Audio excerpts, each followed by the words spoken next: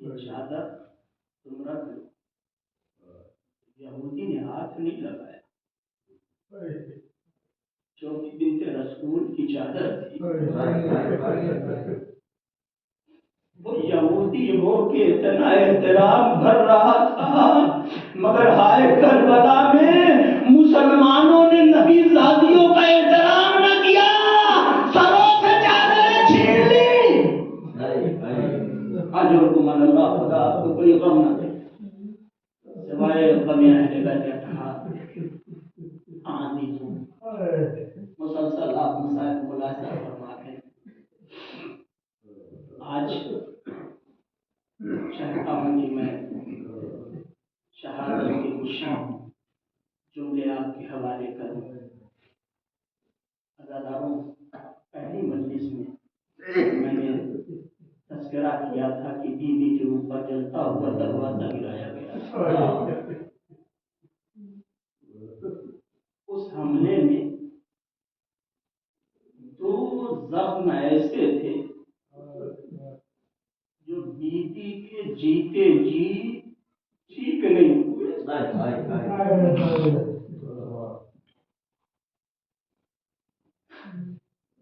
ایک ظالم نے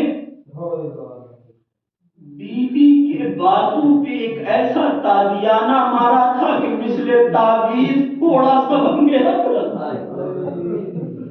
جس کی وجہ سے شہزادی اپنے ہاتھوں کو آسانی سے اٹھا نہیں پاتی تھی. اور دوسرا زخم یہ تھا کہ پسلیاں ٹوٹ چکی تھی. عزاداروں ذرا تصور کریں.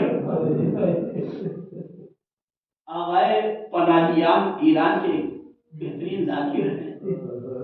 وہ بیان کرتے ہیں کہ میں انہی ایام فاطمیہ کے دنوں میں مجلس ایک جگہ خطاب کر رہا تھا اور میں نے شہزادی کی ٹوٹی ہوئی پسلیوں کا تذکرہ کیا تو مجمع میں ایک کوہرام برپا ہو گیا. مجلس تمام ہو گئی، زیارت ختم ہو گئی، سب لوگ تو خاموش ہو گئے، لیکن ایک بزرگ تھا جو بیٹھا دھاڑے مار مار کے رو رہا تھا. آغائے پناہیان کہتے ہیں کہ میں اس کے قریب گیا. میں نے اسے پوچھا، اے مرد بزرگ، یہ بتائیے کیا میرے کچھ جملے آپ کو برے لگے ہیں جو اس قدر آپ گریہ کر رہے ہیں؟ آخر آپ کا اس قدر گریہ کرنے کا کیا مطلب ہے؟ سب لوگ خاموش ہو گئے، زیارت ختم ہو گئی ہے، مجلس تمام ہو چکی ہے، مگر آپ کے گریے میں کوئی کمی نہیں آ رہی ہے. ایک مرتبہ وہ بزرگ کہتا ہے، آقا میں پیشے سے ہڈیوں کا ڈاکٹر ہوں.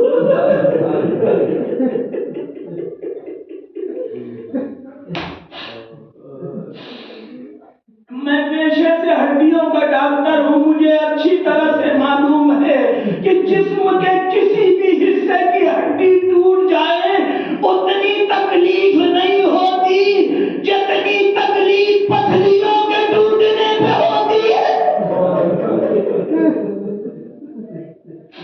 آج جس کی پسلیاں ٹوٹ جاتی ہے نا، ارے اس سے پوچھو اسے سانس بھی لینے میں دقت ہوتی ہے، تکلیف ہوتی ہے.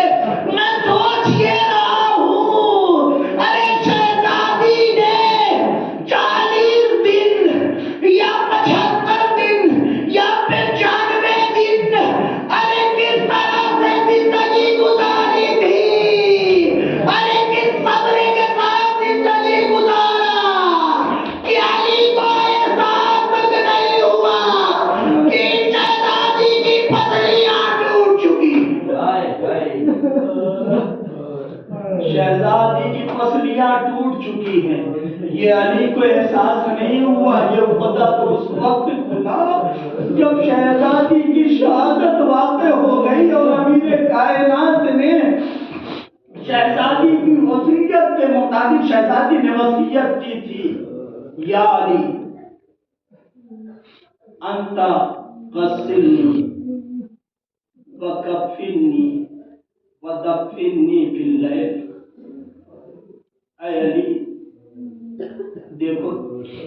جب دنیا سے رخصت ہو جاؤں گا تو تم ہی مجھے غسل دینا، تم ہی مجھے کفن پہنانا، تم ہی مجھے دفن کرنا۔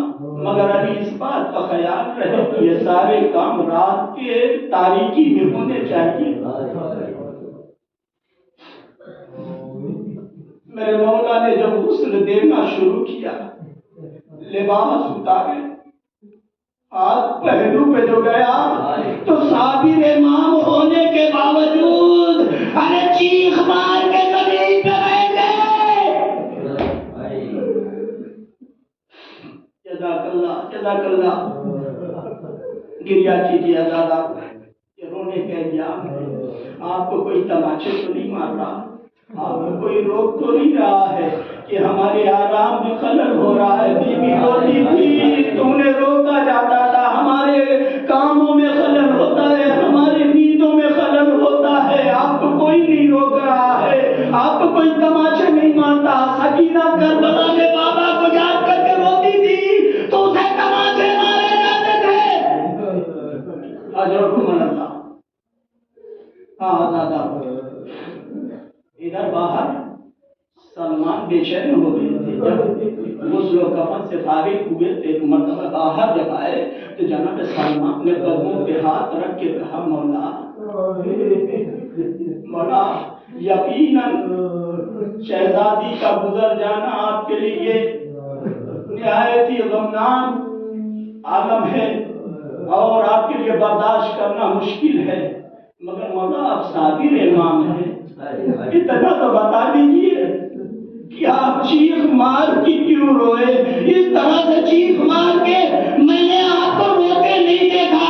امیر المومنین نے فرمایا، سلمان تمہیں کیا بتاؤں، ارے تیری شہزادی اتنی صابرہ کہ جب 75 دن بھی اگر زندہ رہی تو مجھے احساس تک نہیں ہونے دیا کہ اس کی پسلیاں ٹوٹی ہوئی ہیں۔ اجرکم اللہ۔ بس آخری منزل، غسل دیا جا چکا، کفن پہنایا جا چکا۔ جب غسل و کفن ہو جاتا ہے، میت آراستہ ہو جاتی ہے، اب قبرستان لے جانے کی تیاری ہوتی ہے۔ اس سے پہلے مرنے والے کے ورثہ کو بلایا جاتا ہے، آؤ اب ان کا آخری دیدار کر لو، اب اس کے بعد یہ چہرہ دیکھنے کو نہیں ملے گا۔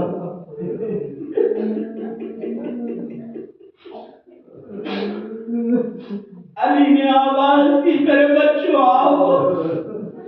خدا کی قسم، جب بھی آپ یاد کریں گے اس جملے پہ کو، آپ کی آنکھوں میں آنسو آ جائیں گے۔ کتنی بے کس تھی زینب، کتنی مجبور تھی ام کلثوم کہ ماں کی میت سامنے پڑی ہے اور کھل کے رو نہیں سکتے کہ پڑوسیوں کو خبر ہو جائے گی کہ ان کے گھر میں کچھ ہوا۔ ہاں، ایک ایک بچے آئے، زینب آئی، کلثوم آئی، امام حسن آئے، سب ماں کے سینے کے قریب آتے تھے، رخساروں کو بوسہ دیتے تھے، پیشانی کو چومتے تھے اور ماں کو الوداع کہہ کے پیچھے ہٹ جاتے تھے۔ علی نے آواز دی، بیٹا حسین، کیا ماں کا آخری دیدار نہیں کرو گے؟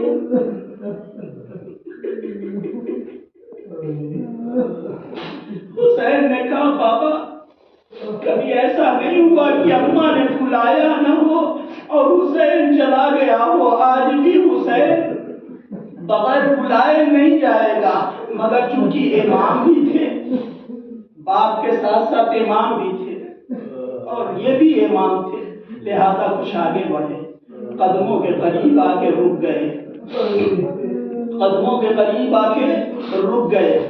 رئیس الوائزین مولانا کرار حسین صاحب اللہ مقامہ یہ فقرہ پڑھا کرتے تھے، جب حسین پینتی آ کے کھڑے ہوئے نا تو ایک مرتبہ جھکے جھکنے کے بعد ماں کے تلوؤں پہ آنکھیں ملنا شروع کیا.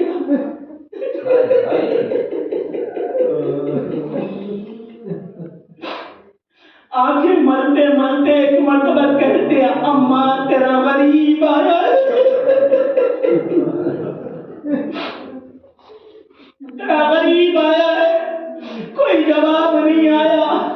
آواز دی اماں تیرا مظلوم بیٹا آیا ہے. کوئی جواب نہیں آیا. رسول الدین کہتے ہیں کہ حسین کا انداز بدلا. اب عجیب کرب کے عالم میں حسین نے ایک جملہ کہا اماں کیا مرنے کے بعد رشتے محبت میں کمی آ جاتی ہے؟ اماں تیرا حسین آیا ہے. پیدنا سننا تھا بندے گھمنڈوں نے ہاتھ بلند ہوئے. آ میرے لال حسین، آ میرے سینے سے لگ جا. حسین ماں کے سینے سے لگے. ملائکہ میں قرآن پڑھتا ہوا آوازیں غیبی آئی، علی حسین کا جدا کر لو. ملائکہ میں قرآن پڑھتا وَسَيَعْلَمُ الَّذِينَ